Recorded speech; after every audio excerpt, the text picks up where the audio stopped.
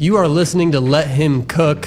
I'm Dylan Coon, joined, as always, with Nigel Dyson. And Nigel, a couple of firsts. The first time you and I are ever in the same place recording this podcast. But more important than that, our first guest in Let Him Cook history. We're joined by Conrad Hawley. Conrad, thanks for being here first. We had some terrible weather in Iowa, so thanks for braving it and being here tonight. Yeah. Coming from Kansas City, is that right? Yeah. That area? Kansas City, and then I'm in Ames and Des Moines all week speaking. So I'm here tonight, so I figured I might as well come. Yeah. And we appreciate it, man. Yeah. This is a really cool moment for, Dylan and myself. You're our first guest, first time we've been in person. So just really excited to be able to kind of get to know you more. Obviously, as behind the psychopath you kind of see on the court sometimes. Just really excited and really thankful for you to hop on today. Dylan kind of brought it up. Your journey kind of started in Kansas City. Mm-hmm. You're from the state of Kansas. Kind of tell us how.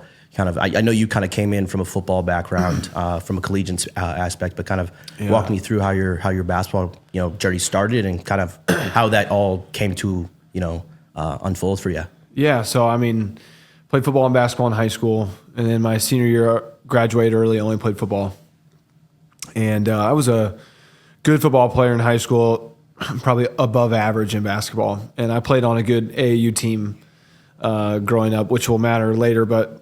Went to Kansas, was a scholarship quarterback, and just super selfish, super all about me, super worried about what everybody thought. I wanted just social media followers. I wanted a blue check mark on Instagram. I wanted everybody to like me. I wanted to be friends with everybody. I wanted NIL. I wanted coaches' attention. I wanted to go to the bar and people knew who I was. I wanted a free drink. And what can I do? What can I take from sports? Not what can I give?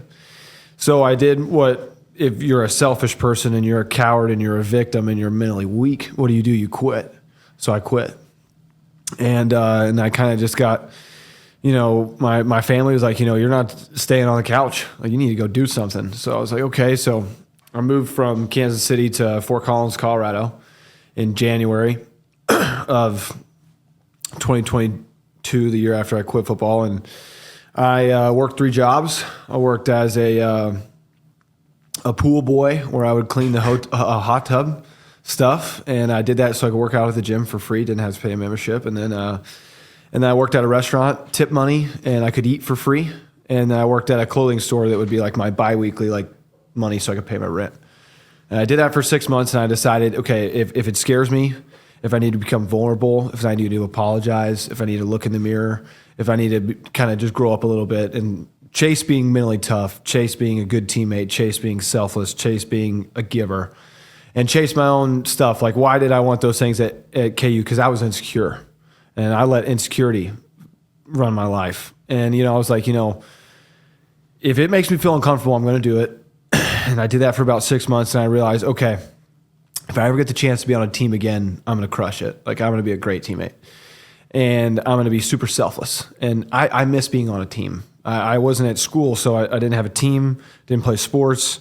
I didn't have, I missed homework, being challenged. I missed being around people a lot. And I was definitely getting lonely and just working a ton. I just work 80 hours a week and just work every day and just try and make money and work out. And that was it. And and I hadn't played basketball in 3 years. I hadn't even played pickup in 3 years.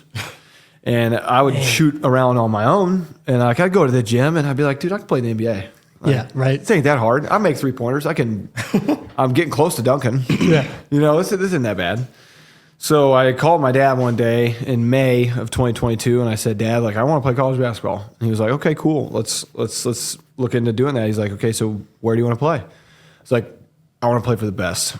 I want to play at the biggest level. And I'm like, I know I'm not very good at basketball, but I know that I could be on the team. And I got connected with a bunch of schools, and then eventually Iowa State stuck around the most, and I was drawn to them the most, and they were also being super awesome to me. And so Kyle Green was the assistant. He would call me once a week, and he's like, okay, we're thinking about doing this. We're thinking about bringing you in. We need to walk on. What do you think? And I'm like, dude, let's do it. I'm ready. I'll go today. I'm excited. So They didn't ask for film. They didn't ask for height and weight. They didn't ask for vertical. They didn't ask for anything. They just said, talk to coach. So I talked to coach on the phone for about 30 minutes. And he was basically like, he just talked the whole time. And then he said, hey, now you talk the whole time. I talked, and I tried to sell myself. And he said, okay, show up June 7th. See you then. I was like, cool. So I came, and that was how I got back to basketball. And then I played 3 years at Iowa State. I didn't play. I sat the bench for 3 years, but it was a good time. Yeah. And I think it's interesting, like, I don't know Coach Otzelberger personally, but it seems like you two are kind of cut from the same cloth. Yeah. And the way, his big thing is the way you do anything is the way you do everything. Yeah. And just the intensity that you brought, the 3 years you were at Iowa State. Yeah. Was that like the initial phone call? Did you kind of know right away, or how much did you know about Iowa State before the kind of recruitment process started? They just told me it was like my AAU team was like, it's going to be tough. Yeah. And they're disciplined. And it's like the military. And I was like, you wake up early, you get yelled at, and they don't really care about anything else. And I'm like, okay, cool. That sounds fun. And then talking to him on the phone, I don't remember it greatly, but I don't remember being like this guy's crazy or he's super tough. I was like, this just sounds like a regular guy. That's how they get you. Yeah. Right. Yeah. But I owe a lot of my daily habits and mental toughness to him, and he's one of the best at so many things I owe to him, and he's a huge mentor of mine and an inspiration. I look up to him, and someday hope to handle situations the way he does, and but I also think he didn't just show up that way. He had 10 people he looked up to too. Right. And then he became that man. And so I'm going to use him, I guess, to look up to him and then become that man. So I'm thankful for him for sure. And he did not need to give me a chance. And there was times at Iowa State where maybe I was being ungrateful for being on the team. I thought the team might have needed me more than I needed to be on the team, or my role was stupid or silly or just whatever, or I didn't feel like giving my best. And one time they sat me down, they showed me 1,000 emails, 1,000, almost 1,000 a month that they would get from high school kids trying to be in my spot. Right. And so he didn't have to give me the opportunity to do that, and so I'm thankful for him. Yeah. Yeah, it's really inspiring, honestly, to see, how you were able to take such a kind of a hit from your own probably ego at first. Yeah. Kind of like how the transition of going from the star quarterback in high school and then kind of going to the 15th man on the bench at Iowa State. Yeah. It's really cool to see, I didn't know that about you, how many people were inspired, probably locally from Iowa State, that knew probably don't have the same talent as a Taman Lipsy or an Omaha Blue, but I can do what Conrad does on a day-to-day basis. Yeah. When you think about, kind of in retrospect of having those feelings, how you feel like, you're probably not being as fulfilled as you probably wanted to, but then see the data behind that, how does that kind of make you feel? Oh, man, it just makes you it's kind of like the analogy of the gym. If you're curling, you're 30 pounds. You look to your right, there's always going to be somebody curling 50. And you're going to want to be the guy curling 50. And he's going to be bigger, stronger, better looking than you. You're going to look to the left, there's going to be somebody who's just starting out, who's skinny and scrawny. And they're going to look to you doing the 30s, and they're going to wish you were them someday. And I think throughout, times at Iowa State, just I had moments of great selflessness and great humility, and then moments of arrogance and selfishness. And so to see things like that is just, it was awesome, because those things leave a lasting impression on you. You realize that it is bigger than yourself, and it's not about you. And somebody else is going to wear number 23 again. There was somebody who wore 23 before me. The only thing I can do is just give my best to my group in the present day. And so seeing stuff like that, I definitely remember thinking okay, wow, I need to get a lot better, and I need to get back to what earned me respect from my teammates and my coaches. Yeah. And I guess because you can't really, as much as you could practice all day in the gym as much as you want, right? Yeah. But most of the time your role probably wasn't going to change. No. What was some consistent things you felt you needed to bring to the table every day? They just kind of told me ever since my first year, if we're flat, it's your fault. If a guy's down, your fault. If you can't get, they would be if you can't get a guy to play hard or you can't get through to him, that's your fault as a leader. So those are things I got to do every single day. And then throughout time and being on the team longer, being around coach longer, becoming a leader, on the team, getting to then pour into others more, or I wish we would have been led this way, so I'll try to do it this way, or I really liked when Jaron did this, or Gabe did this, or Rob did this, so I'm going to try and do it that way too. And so it definitely evolved over time, but it was all about, not like those were tangible things. Like, are we practicing hard? Okay, that's my fault. Is this guy being mentally weak? Okay, how can I get through to him? Am I being a good leader, and am I setting a good example by showing up on time, working hard? And like the coaches would tell people all the time, like, this is the crazy teammate guy. Like the days I weren't a crazy teammate guy, like people would look at me and be like, okay, he's fake. And I got to show up as that guy every day. Yeah. Because you don't want to be seen as fake, and you can't be a good leader if people think you're not authentic. Right. So, I appreciate them for making my job tangible. Because to your point, I wasn't doing much basketball stuff. And that's okay. But I mean, like to see you were with a lot of older guys too, like that dynamic alone is really complex of how do you get older guys on the team to kind of get behind you and, rah. It's easy to kind of pump up freshmen and people who are brand new to the experience, but people who've kind of been through the fire, like a Jaron, like a Gabe, who've kind of been journeymen to a certain degree. How do you keep those guys who are so like key to those teams, I guess, on par and, playing at the best level? Yeah, I mean, that's a great question. It just comes down to, are you the person in life who you say, I know? Or are you the person in life who's open? Old seniors can be like, I know how practice works. I know how the game works. I know how coach is going to be. Or are you still the person who's like, I know I can get a lot better? And I was fortunate because those guys were that way. So it was easy. Like it was easy to be crazy and then for them to respond because they wanted to get better and they did care.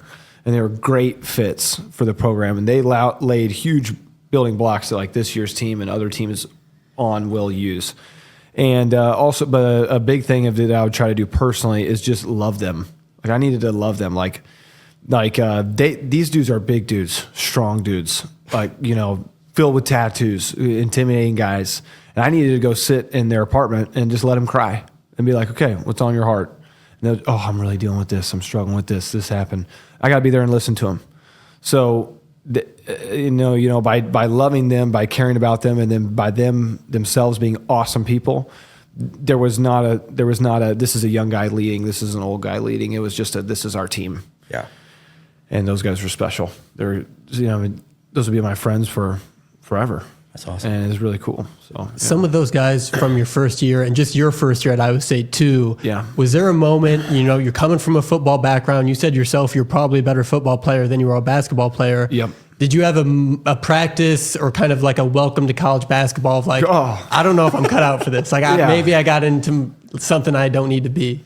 Definitely like playing wise every day. Yeah. But I knew that I didn't really care. Like, I didn't really care if I played good or bad because it wasn't about that. It wasn't about my performance. And you can work as hard as you want as the walk-on, as the worst player on the bench. This is not a negative, and this is not a knock to Cinderella stories out there, but it does not matter.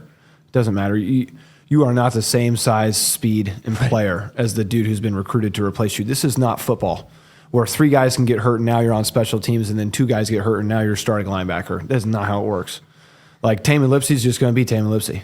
And, so say I'm a forward, like we're always going to have a forward who's bigger, better, faster, stronger than me. So the basketball side, I didn't really care, because that's not what I was judged on. I was judged on being a good teammate, being consistent, being a leader.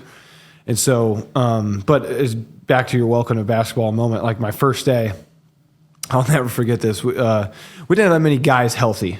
Which happens. And so there was like 10 of us, I think, playing, and we were playing 5-on-5 the first day, and I got the ball, and I was wide open, which was a smart job by the defense. And I probably had like a 15-foot shot, maybe like 17, right behind the free throw line.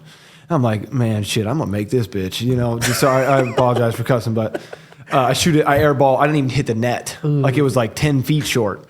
And I was jogging back on defense. I was like, man, dude, I need to get some work in. Like, I'm a little rusty. And I hadn't played basketball in a while. It was like my first pickup in 3 years. And then just the next play on the scrimmage, I'm backdoor cut. I'm wide open. I'm like, I'm going to score. And if I score, I'm going to talk some trash. Like, I'm going to feel great. And Trey King comes out of nowhere and just wham, blocks it. So, like, dang, that sucks. And then the next play, he blocked it. We go down. I'm playing defense now. and there's like a goalie, which is the guy like in the middle of the floor. That's what our defense calls a goalie, and you have a spy, and then you have your on-ball defenders. And I was the goalie in this situation. It was my first day learning what the goalie was. Yeah.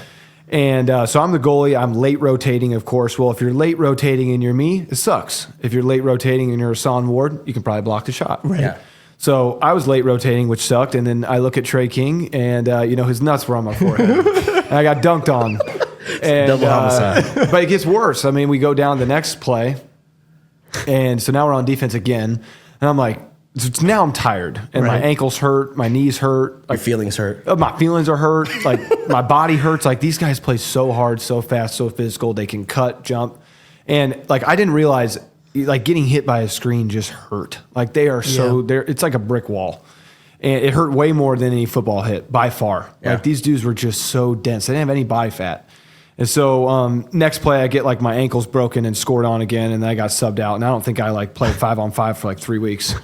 So that definitely, Man. that sucked. Yeah. That was way worse than I expected. Yeah. That was play by play. Yeah. Oh, not a lot like of course, like maybe if my teammates or coaches listen to this or watch this, like they'll be like, I don't remember that happening. Well, it didn't happen to you. Right. It happened to me. And I'll Yeah. never forget those things. And I think that's my first time telling this story. So Hey man, trauma sticks with people, Right, and it I'm does. glad you got to explain that right here on Let 'Em Cook. But yeah, no, it's really cool to again you have all those stories to take away from you.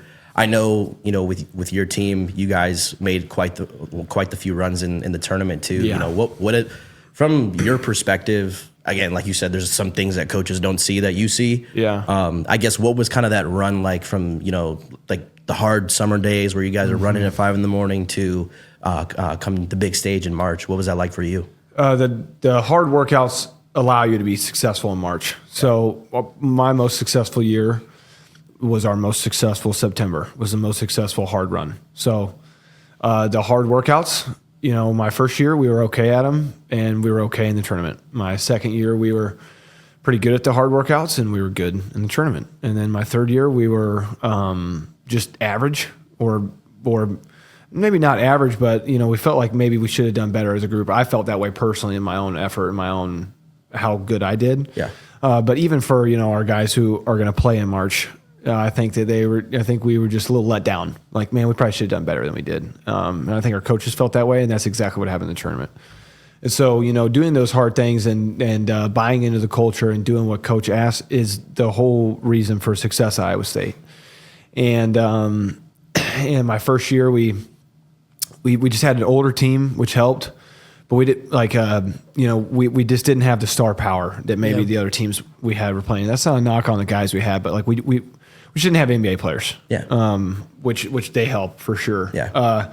But we had a great team, and we didn't have a ton of depth that year. And then my second year, we had more depth. We probably had better players, and that team was so connected, like just so connected and so down for each other, into each other, just spending time together. Like that was like just a brotherhood. Like that was a brotherhood.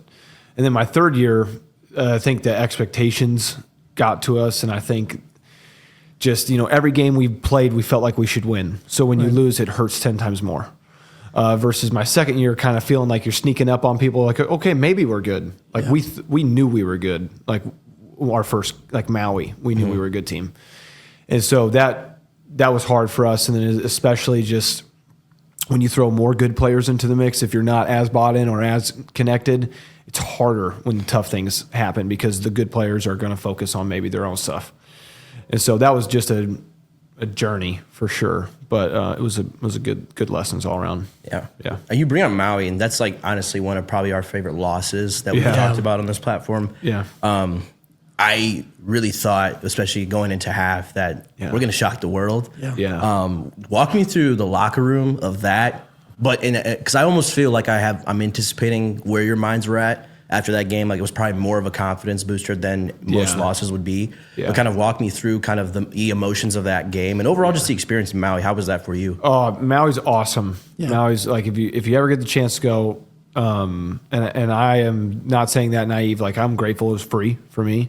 It's an expensive place to go, right? But it's awesome. Yeah. It's really cool, and we got to have a blast. And it was a blast. Like we lost that game, and Coach, it's the same thing you talked about earlier. Like I'm telling you, he is not, after a loss, he does not come in and dwell. Yeah. He is not a dweller. He is not the next day, he's not saying, if we could have just done this, and he doesn't beat that dead horse. Like, he's very honest. He's very, you know what's up with him. And he says, like, we were shitty at this.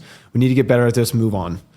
And he was that way. And so, like, we lost that game. He's like, I don't know why you guys are worried. We got to play again tomorrow, and we got to beat them. And we got to beat the shit out of them. Yeah. And so it's like, we're not worried about an MTE loss against some good team. Like, we should have beat them.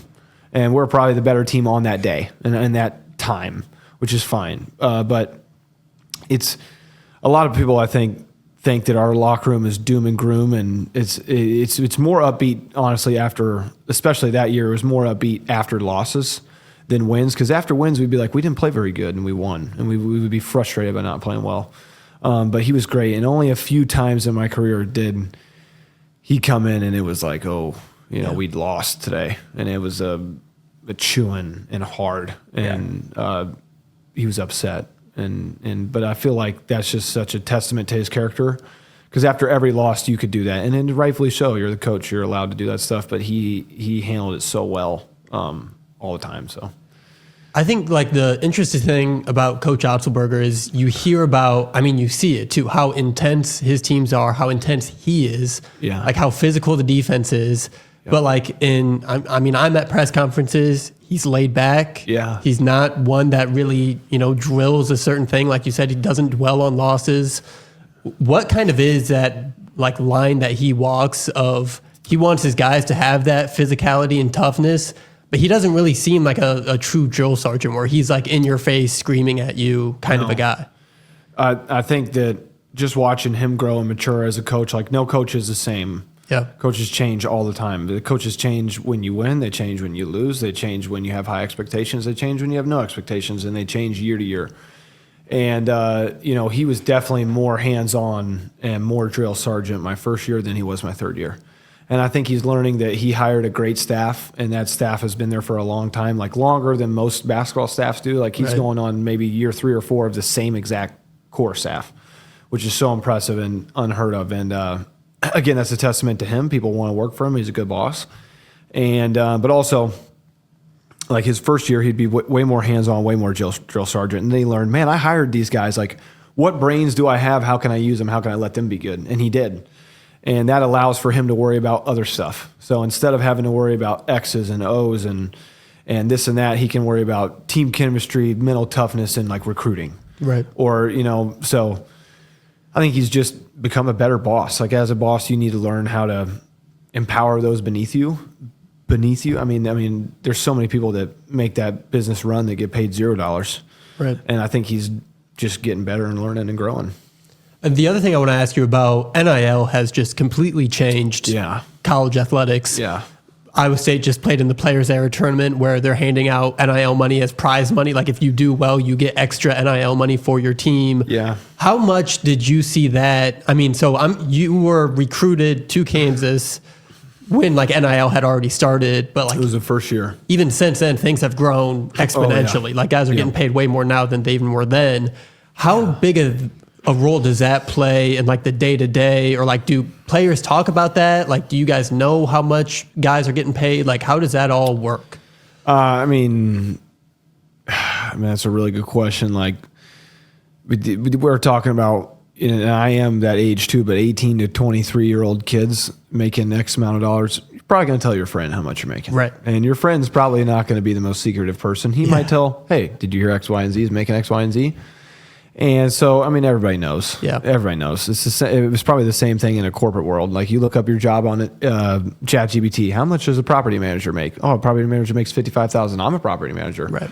So it's not like, it wasn't like secretive or anything, but it changed sports so much. Like at Kansas, we had like no talk of NIL, like none. Like I don't even know if I remember a guy getting NIL. And then my first year at Iowa State, I think the biggest number I ever heard was $5,000. It's like, dang, I can't believe they got $5,000. Right. And then my second year at Iowa State is like, oh my God, somebody got, 6 figures. And then, my third year at Iowa State, it's like, oh my God, this is way higher 6 figures. And not even like our own team, but just in the country. Right. Oh my God, somebody made $1 million. And now this year it's like, oh my God, this guy makes $3 million. Yeah. And so it's definitely changed sports. And anybody who hates on the players getting paid is jealous they don't have the money. And that is step number one. But it doesn't mean it's right. It doesn't mean it's good. And so I think that, I think players should get paid, and I think it is good. But to say that it hasn't had negative effects on the quality that's getting produced on television, what sports mean now, like does it mean to win, or does it mean $200,000? Yeah, like that is so bullshit. Is everything in life just transactional dollar money now, or does being a good teammate still matter? Does playing hard matter? Does not chasing money and caring to be a Cyclone matter, or do those things not matter anymore? And so it's been I just hope that it turns into professional sports in the fact of there's laws on it, like free agency, contracts. You can't just go whenever, do whenever, chase X, Y, and Z and still get paid and stuff, and make it like the pros. Because then you'll get a better sport. You'll get a better, like the pros have to get paid. Yeah. Because if they don't play, they don't get paid. Or if they don't perform well, they don't get a bonus. So it incentivizes them to win more and play better. College guys will be like, oh, I'm hurt, I'm still going to cash a check. Or, oh, they told me no money, I'm going to go to them. That's not how pro works either. So, yeah. What do you think the balance is that, people of the future, someone who like takes school pride as like something that you hold near and dear to your heart, program success. Yeah. I guess, what do you think is like a proper balance for kids to find, like kids that are playing college sports to find, the want to be good, obviously individually, but also, handling all the outside noise? Because I think of people like Caitlin Clark, it's really tough to, always be consumed of winning in games that they're playing when they're getting that much attention or that much, if I should say, funding. Yeah. So I guess what do you think going forward would be like the best way young athletes can kind of handle that? I mean, like my little brother's coming to play football at Iowa State. And so like I've thought about this question before, and we talked about that. And I told him same thing I would tell anybody, like you need to find a coach who you feel like is going to be there for a while, or they're going to succeed to a new, better place. So, okay, is this coach on the upward trajectory, or does their job security look good? Okay. Now, next question. Can I develop under this coach? Has he shown that he develops people? Okay, cool. I know I can develop there. Okay.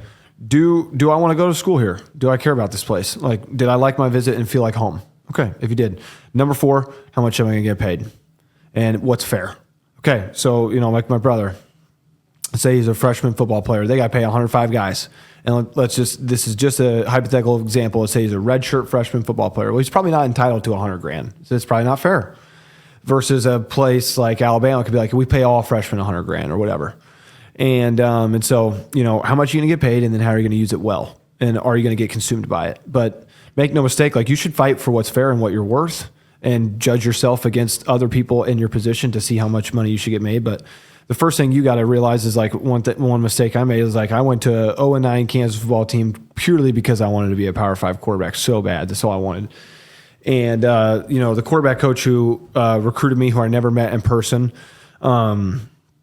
he left the third day at school and unfollowed me on Twitter. And I sent him a conversation, and the number was blocked, and he never spoke to me again. Wow. Yeah. That seems personal. Yeah, it's totally personal. And I never met him, and he offered me a scholarship to go there. Right. And so, like coaches like that, like you shouldn't go play for a guy like that. Yeah. Right. Like that's BS. And if he's doing that to me, that's not the first time he's that way. And he's not a real man that he says he is, and a good coach he says he is. So you shouldn't play for a man like that. Yeah. And then the second month at school, the head coach gets fired. So now we have an interim staff, and then both the interim staff guys get fired, and now the new staff comes in. And what happens when a new staff comes in? They bring all their new people. So now you're just mixed in the shuffle. And if you're mixed in the shuffle and you have no production, you have no film, you have no stats, you're not going to go anywhere. And so when you're picking a school, you really need to decide, am I a good fit for here? And then what I look like and what I do they have a track record of liking these guys? Or is it everybody who looks like me redshirts and sits the bench? Or everybody who looks like me gets a shot at playing?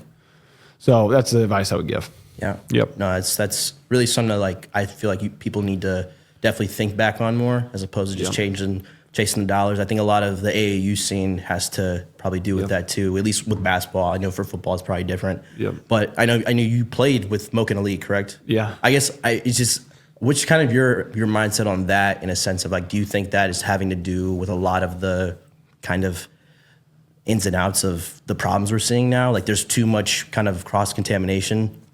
I mean, so like, growing up when I was in high school, like the best players played for their public high school. Yeah. And now they play for a private school, or not even like a private Catholic school, like a private prep academy. Yeah. And then the best players play in national tournaments, and then they have a national high school season, they have a national AAU season, but they're the same players playing the same people, just different jerseys. And like you could say, oh, they're only doing that because of money. But I mean, the thing that frustrates me the most is going on a tangent. It's the same thing with Lane Kiffin and Ole Miss. Could he have handled it well? Yeah. What's a better job? LSU, bigger brand, better teams, more national championships, more money, better recruiting. You're telling me you're not going to take the LSU job? I mean, spare me with that. Yeah. It's the same stuff with NIL and recruiting. People are like, it's this big issue and it's ruining sports. All these people are just doing what humans do. Yeah. They are making the best out of the situation for themselves. It doesn't make them a bad person. It makes them human. The problem was a cat got out of the bag, and you can't put that cat back in. Right. Yeah. And it's going to take real work and real leadership and real, like laws to fix that. And so, is that contributing to it? Absolutely. But am I going to sit here and blame, a high school kid who got blessed, who's good, and they're like, hey, we'll pay you $30,000 to play on our AU team. Shit, I'll take $30,000. Right. It ain't a bad gig. So, yeah, that's how I feel about that. Just being at Iowa State, and I mean, you got to play at Hilton Coliseum a lot, which is one of the best. I personally think it's the best environment in college basketball. Yeah. But you got to play in some really cool environments. Is there one that kind of stands out? I've been to Fog Allen too, and that's kind of a different field. It's not as big as Hilton feels. Yeah. But I don't know if you've been to like Wrigley Field, but that's kind of what it just like you can feel the history inside of Fog. Yeah. And like when they start doing their chants and it gets real scary in there real quick. Is there one that kind of stands out as like, man, that was different in there? Like outside of Hilton Coliseum, Hilton's best. Right. Yeah. But by far, it's not even close, Allen Fieldhouse. Yeah. Not even close. It's not even close. Like, we played there my first year, and we lost by 1 on a buzzer beater, and you couldn't hear the whole game. I was at that game. Yeah, it was a great game. Yeah. And you couldn't hear the whole game. In my third year, we played, and we had a rough game, and you still couldn't hear. And I just like, so say we play on Saturday morning, we're going to fly in at Friday at 5 o'clock, and we'll get to the arena at 6 o'clock, and we'll shoot around from 6 to 7. We'll eat from 7 to 8, have meetings. We'll go to bed at 9. That's what you do. And, so say we get to Allen Field at 6 o'clock on Friday, and it's just our team in there, just our team and the 3 managers who come with us and the sports staff. I'm telling you, it's loud then. It's loud. You can't hear coach talking then. And it's just, it's loud, it's intimidating, and it's got a track record. It's hard to win there. Right. And, but it's also, that's the best place to go. And every year, like at Iowa State, I mean, like obviously I have bias, but I was like, I hope we go to Allen Fieldhouse this year. So, for sure. And then also, you got to play in some pretty big games as an Iowa State player. You played in the Big 12 tournament. You played in March Madness. Yeah. What was that like? I mean, like, kids all across the country dream about playing in March Madness. I know it was against like South Dakota State. They were a 15 seed, but still like not many people are able to say I played in a March Madness game. Just like how cool was it to be in Kansas City too for the Big 12 tournament? Like what were those moments like? Oh, I mean, it was really cool. So like my first year, coach did something for like a 3-game stretch. He was like, everybody's going to play. Right. So I'd play like first half minutes at Baylor. Where did that? I remember that. Yeah. Where did that come from? Like what was we just had, some inner workings on the team, and he really wanted to make sure the team had unity. Yeah. And he thought a great way to bring the team together was everybody's just going to go in. Yeah. So I wouldn't go in for long, but I mean, it's like, okay, I play at Baylor. I play in 2. I'm not like, when I'm saying I play, I'm like, this is the first half, or this is like the first media timeout of the second half. Like these are like real minutes that I did not deserve. And like, I go in and I just be like, I hope I don't get dunked on. Right. I really hope I don't end up like on a TikTok or, I'm not like, I'm not good with social media. I don't know, like, but like say my teammate would send me something and be like, oh man, this dude got crossed up. Like, I'd be like, okay. So, we're playing at Baylor and Keontae George was a first, and this is one of those situations where I know him, he doesn't know me type of thing. Right. And, I'm getting ready to guard him, and I'm like, dude, why am I guarding this dude? Yeah. Like, Was it off a switch or do we? no, this is a baseline out of bounds. Oh, and I'm dear. like, he's got to clearly just got to be a worse guy out here. And I look, it's like, Okay, that's Adam Flagler. He was pretty good. And then I work with the other guy. Oh, that's LJ Cryer. Okay. Oh, that's Misi, the NBA dude. And okay, that's Jonathan O, or whatever his name was. I'm like, well, I guess I'm gonna guard Keontae George. And I was just remembering that moment, like, just don't screw up. Like, don't get in trouble. Don't turn it over. Don't airball a shot. Don't take a shot. And he ended up making a 3 on me, and I fouled him. They didn't call it. I fouled the crap out of him. He made it. And I got pulled right after that. But like, going to those games were awesome. Like, I loved it. I was like, no shit. Like, I get to do this. Like, I suck. I have no expectations. Like, just go have fun. Right. And so that's what I would try to do, is just go out there and just smile and be like, I don't care. And also, like, I realize, if a quad 1 road loss is not a big deal in the eyes of March Madness committee. So, like, if I'm in this situation, or a conference tournament loss is not a big deal. So I'm like, now I actually don't even really care if we win or lose. Yeah. Like, it's going to be okay. And we're not going to lose because I played one play. So that was cool. And then obviously playing in Kansas City was great, and having family and friends there and checking in and, like, getting a rebound or getting a stop or, missing a layup is always cool. And then, like, March Madness, of course, so fun. Such a unique experience. And then just getting to go out there and if I'm playing in March Madness, it means we had a good game. Yeah. And that's building momentum and makes you feel good about the tournament. So all those things were like, I didn't deserve to play ever. Like, even when they put the worst player in the game, I'm telling you, there's 100 people in the stands who should have gone and not named me, just off pure basketball. Now, I'm not saying I wasn't a good teammate or I hadn't earned respect or something, but, off pure basketball, I did not deserve to go in the game. So it was cool to, every time he went in, I was like, appreciate you, bro. Yeah, right. It was cool. What is the? I know, like, there's so many walk-ons who are notorious for, like, there's bench celebrations. Yeah. I know something that, like, kind of made you stand out was you had your own seat. Yeah. Like, I don't know. I know we had a few earlier conversations about the ego, but I mean, out of the walk-ons in the country, that's probably the best treatment anyone is probably getting. So, like, I guess what's the irony in that? Like, how nice is it to be in a program where they see that out of you, and, like, you're able to kind of get some, I should say, notoriety? Because I feel like that kind of turned almost a little cult fandomhood to you, where people at games were excited to interact with you and whatnot. Yeah, for sure. Like, when it first happened, and, like, going into the first game, he's like, this is going to be on your seat for the rest of your time here. Like, this is what it is. And at first I was like, dude, this is corny. Like, like, all my boys back home are going to tease me. Like, this is goofy.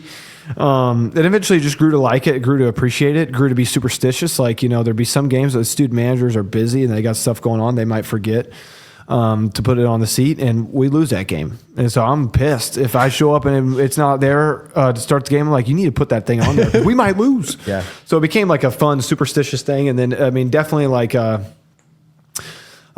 just going from, like, this is corny and kind of like rejecting the nickname or, like, the role or, like, the notoriety to just taking it in stride and then, like, trying to be humble and trying to appreciate it. And it's, I mean, I'm telling you, like, when you're the worst on the team by far, and your coaches don't get mad at you when you mess up because they just kind of expect it because you suck.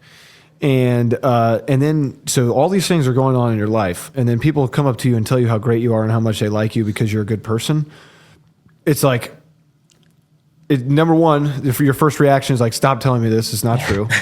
But then number two, if you try to accept it, you're like, okay, maybe I am this great person. Maybe people do like me. And then the third thing is like, okay, if I act like the person who deserves these things or appreciates these things, or if I act cocky about it, then people aren't going to like me anymore because I'm not the bad guy who stinks. And so it was just a really cool journey. But I say it to say, like, this is what's so cool. In the transfer portal era, which I was a transfer athlete, transfer sports, and then in the NIL era, I got to go to a school who liked me because of hard work and being a teammate. And I got to go to a university who appreciated that. And, like, they probably just don't appreciate that at Baylor or Texas Tech or whatever, but they appreciate it at Iowa State. And so that was so cool. And, like, I will always be thankful to be a Cyclone. And it's the same reason now, like, graduated in May, and I'm here doing a podcast with you guys because I was afforded this opportunity by how awesome the culture is and how awesome the people of Ames are and how awesome you all are. Yeah. And so I was so thankful for those things and so appreciative of them. And it's just been really cool.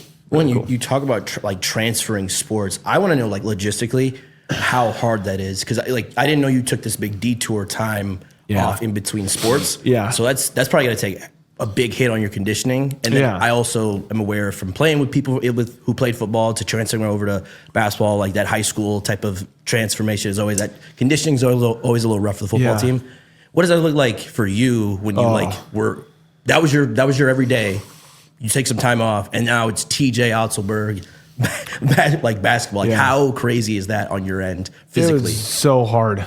Like my body just got destroyed. Like broken this, herniated that, fractured this, torn that. Like I couldn't take it. Like the conditioning itself was not super hard because I was just and I am one of those people who like it is hard and it's going to challenge. Like either I'm going to fail or I'm going to pass, but I'm going to go hard. And like I'm confident in that. I'm confident in pushing myself. I'm confident in having a good mindset about it and competing in that conditioning aspect. But just going from maybe you run on a rollout or a scramble, but you don't really run because you're just kind of jogging. It's like a natural thing. It's like if you were to play backyard football, it's not really like you're not thinking, just kind of just feeling and, crossing your feet and being a rotational athlete and dropping back. That's what you do every day. And then not really taking a lot of hits because you're a quarterback. And if you're not playing in the game, you're probably not getting hit a lot. Like maybe you get hit in practice once, but it's nothing. And then it's like, okay, going to get hit every day because all we do is physical. We start the day hitting. Like the first 4 drills. What do you mean by that? Please explain. No, like so the first drill is well, at least when I was there, it was a block out, run out. So you're going to have 4 guys blocking out, 1 guy running out the shooter, practicing not fouling a 3-point shooter. And it's a rebounding drill. So you're going to start that. Second thing is on ball. It's going to be it's a stick hand and a closeout and a swipe, and you're working on dribblings and collisions and closeouts and defense. That's the second thing. The third thing is going to be an offensive rebounding drill. It's competition offensive rebound. So you're going to do competition offensive rebounding. And then the fourth thing is you're either going to do a transition or a 4-on-4 drill, which is only about rebounding. And dude, if you want to get a rebound in college basketball, you have to go grab it so hard, and you have to run through somebody, and it's not a foul. And it doesn't seem right, and you have to jump as hard as you can. You have to cut as hard as you can. You have to hit somebody. And so, we do those things every day. And so it's like, that's just the way we started the day. So, okay, we got another hour of whatever else. And and I'm not even acting as if I was doing much. Like I would do those 4 drills, and then since I wasn't a good player, I didn't participate the next hour. So I was like, I don't know if I could do the 5th drill. Right. But so it was so hard on my body, and it took a lot. And also just like being like a bigger, thicker, slower, stronger quarterback at like 225 pounds to like, okay, I probably need to be like 210 to get in basketball shape. Well, you don't just lose 15 pounds. And like, did I put on a bunch of like fat to play football and get beefier, or now I need like muscle mass. And on top of that, I'm the worst athlete in the gym by far. By far, I'm the slowest, and I jump the lowest, and I cut the slowest. It's like by far I'm the worst athlete. And so it was just really hard on my body. It was way easier on the mind than it was the body. And I will say this out loud right now. College football is 10 times harder than college basketball. College football is hard. Like, I don't wish going to fall camp on anybody. College football sucks. College basketball is not that bad. Yeah. Also, I was the worst player on the team. Not doing much. So maybe that's just my own lens. But it was just, it was hard on my body, I would say. Yeah. And you talk about, things being hard on your body. Walk me through the mental day of like that iconic day you guys have every summer where you guys are bear crawling in pitch black and essentially doing military-esque kind of training on your end. Yeah. What does that look like on your end? And like, I know so many people talk about it. It's like a big part of what makes our culture. Yep. But just kind of walk me through, what that day is like. Do people like dread it, or do they just attack it? Yeah, for sure. Like, and his whole thing is to make something that people dread and to see who attacks it. Yeah. And so, like, no matter what, you're a human being. You're not naive. Like, you're not going to go in there thinking you're the man and that you're going to attack it and crush it. You're going to be sharp. You're going to be like, this is going to be hard.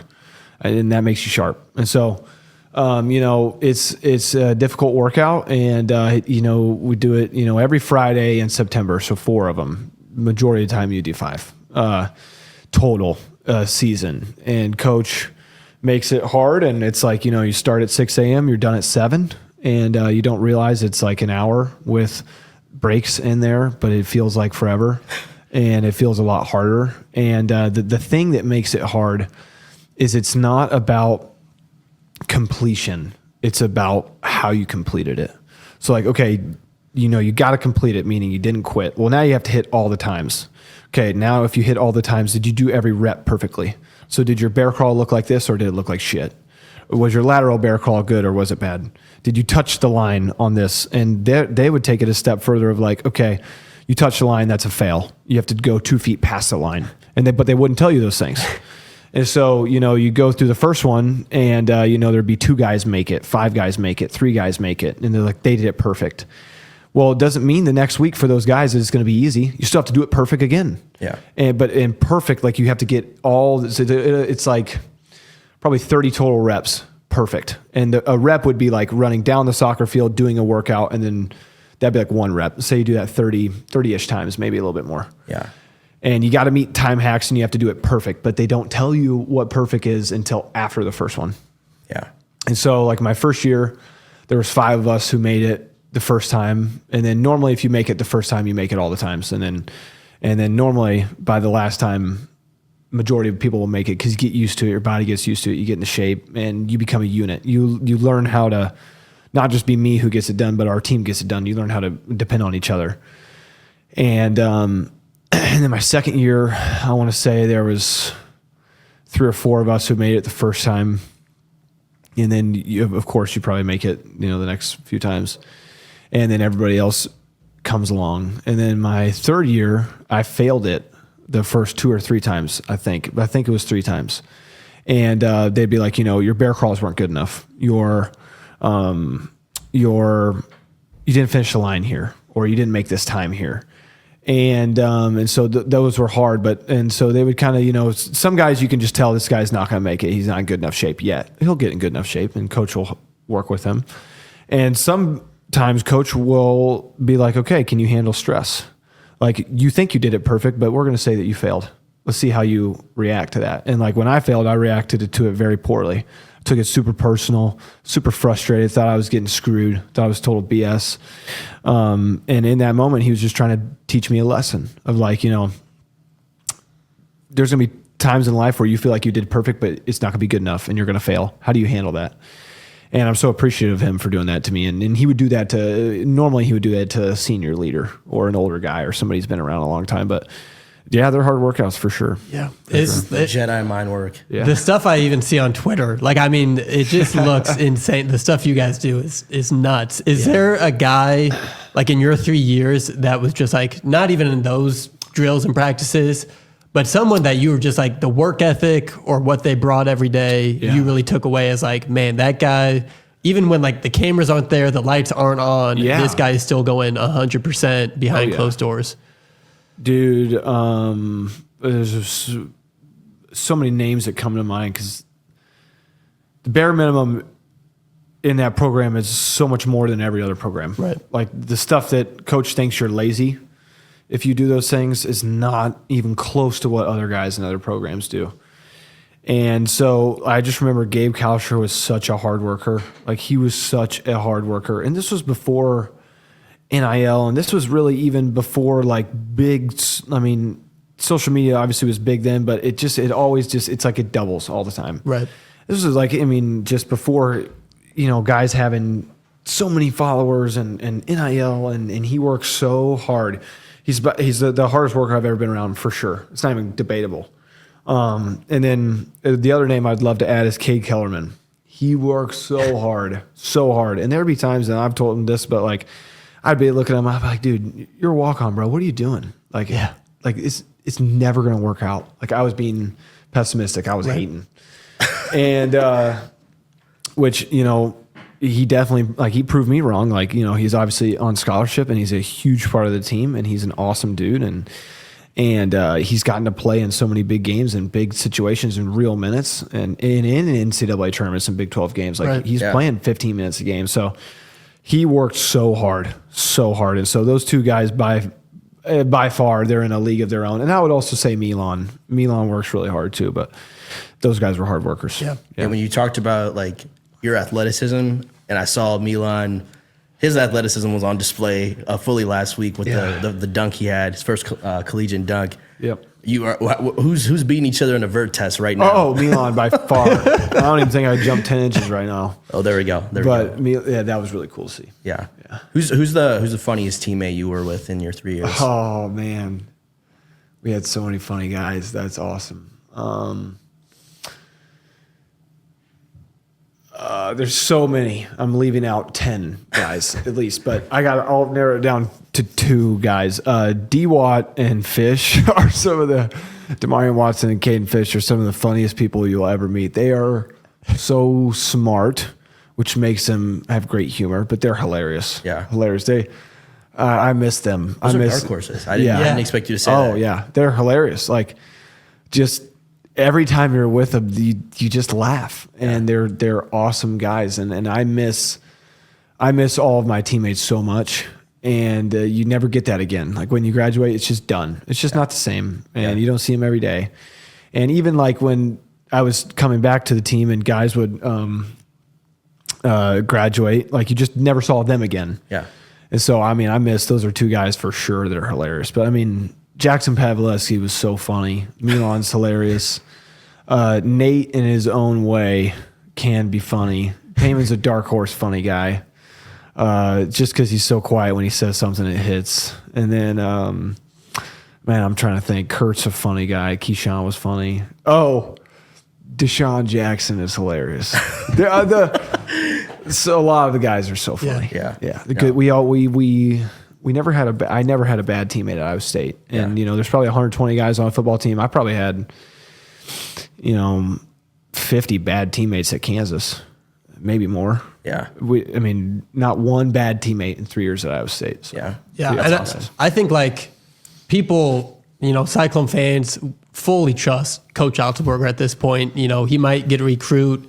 I personally remember when the walk-on was like a former Kansas quarterback, and I was like, what are we doing? But I think, like, he's proven that the guys he goes after, he is trying to find people that fit at Iowa State. Mm-hmm. And another thing you hear so often from players is, like, Ames isn't for everyone. Like, this is not like other programs. Nope. Can you explain what that means, though? Like, what about Ames makes it not for everyone? Okay, so let's just go to the summer.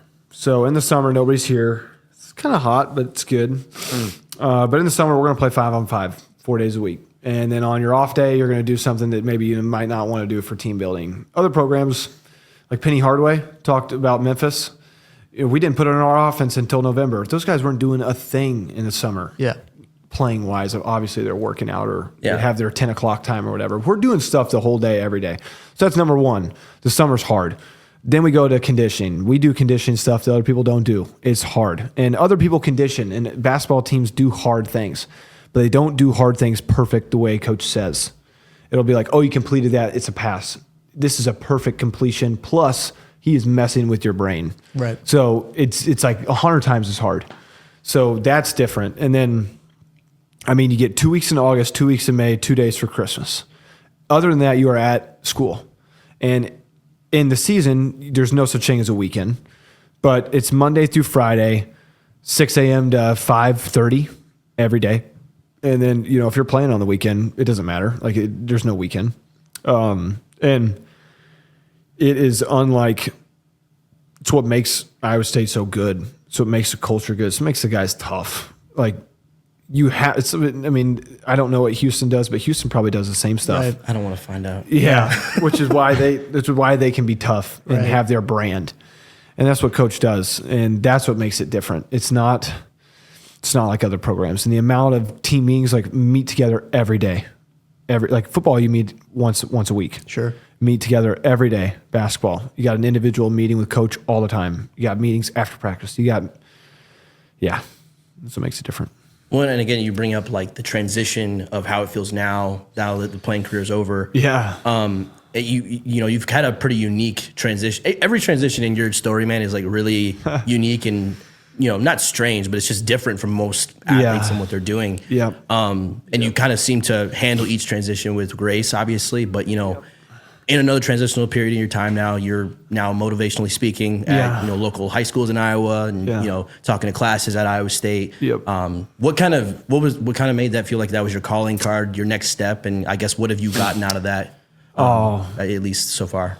It's so fun. It's so cool. Like when I started in Iowa State in college, would speak to teams and businesses and stuff like that, and just kind of getting started, like learning, like, okay, how long does this take? Okay, I talked for 5 minutes. Now I talk for 30 minutes. Now I talk for 40 minutes. I had a presentation. Now I have a better presentation. Now I have a way better one.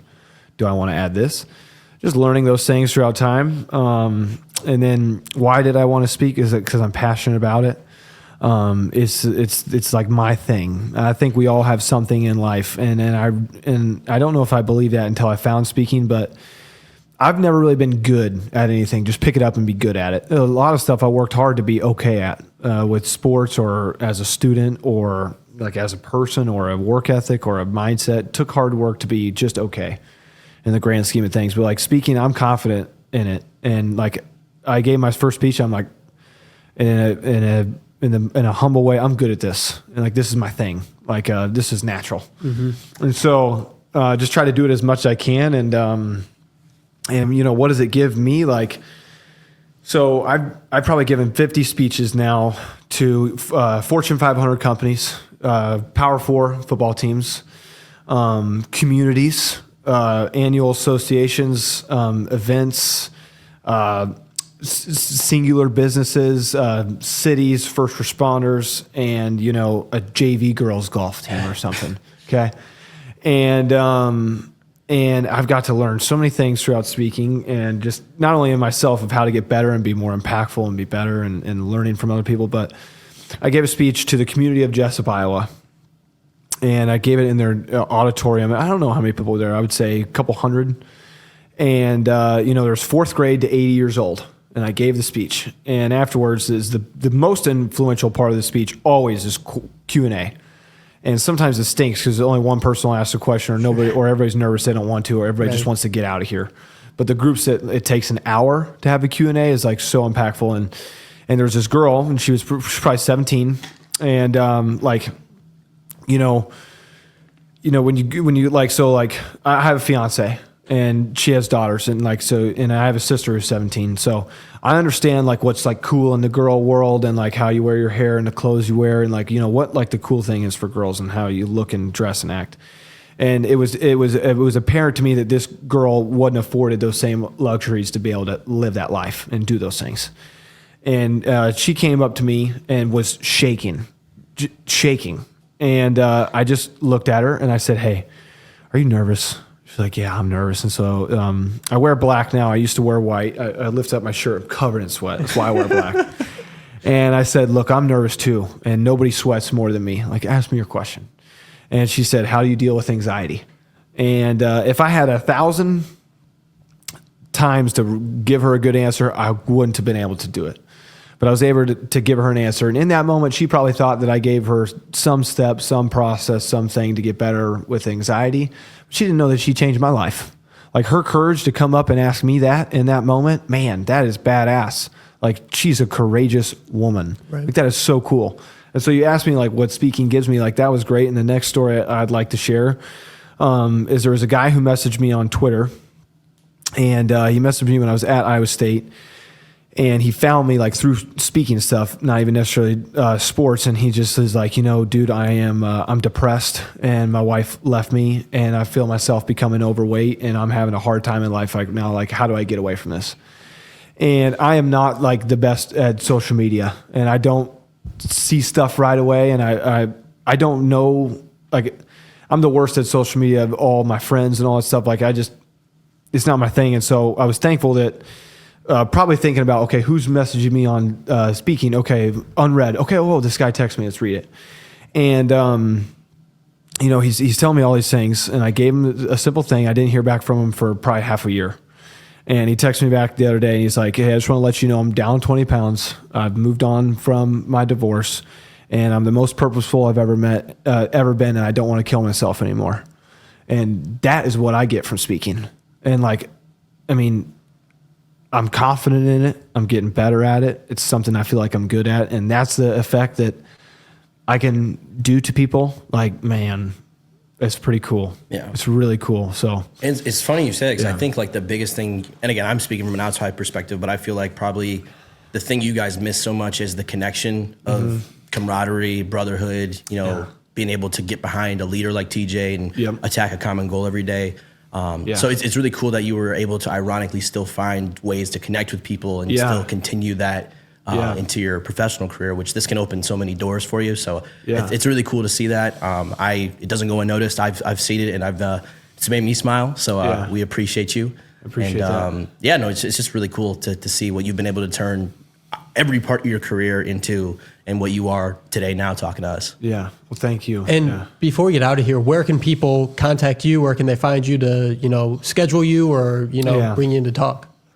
Man, I'm in Iowa a lot, and across like the country really. And, like the easiest way to find me for speaking is the LinkedIn. Just search my name up. I figure that's how it works on LinkedIn. Just type in the name. You can reach out to me there. I have a website, which is just my name, and it's just conradhawley.com. It's a speaking website, and you can fill out it. You can book. You can call. It's got everything on there. It's got my resume, portfolio, everything. And then if you want to reach out to me on Twitter or Instagram, you can. And I'm the type of person of like, if you message me, I'll get back to it the moment I see it. And so if that's in 2 minutes, I'll text you back in 2 minutes. If 45 minutes, I get to it, 45 minutes. If I don't see it for 4 days for some reason, on the fourth day, damn it, I'm going to text you back. And so anyways, it's just how I feel. So you can contact me on those things. And also I tell people this all the time. Like, one thing I would like to do more for people is be there for them. And but that's not to say that I want to be everybody's friend. And that's not to say that I want 1,000 friends. Like, I got my 5 friends who I like, and I got my woman and I got my family. I'm good on that. But it doesn't mean I can't be there for other people. So what I say to say, if you're going through something, reach out to me.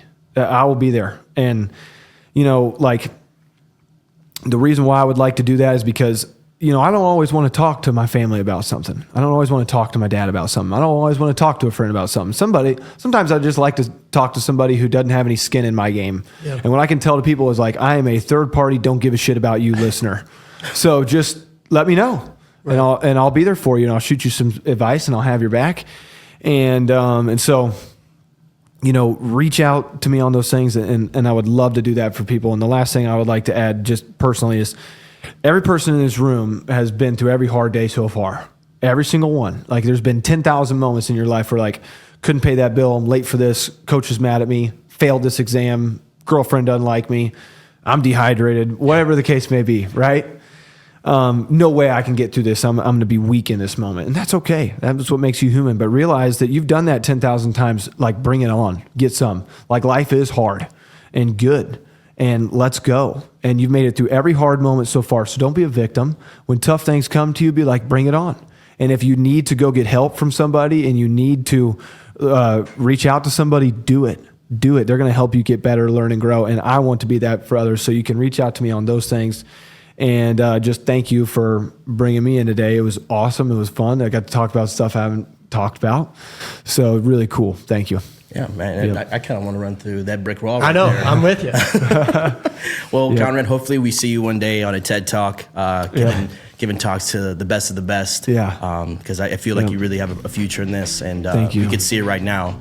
How passionate you are in it. Yeah. So again, just keep following that passion, and obviously it's going to take you great places. I appreciate it. Thank you guys. Yeah. Conrad, Nigel, this was awesome. Yeah. Our first guest went great. Iowa State has Alcorn State this week, and then Purdue and Iowa right on the horizon. So a little different episode to let him cook this week, but Conrad, that was awesome. Go Cyclones, and we'll see you guys next week. Thank you. Let's go. Thank you.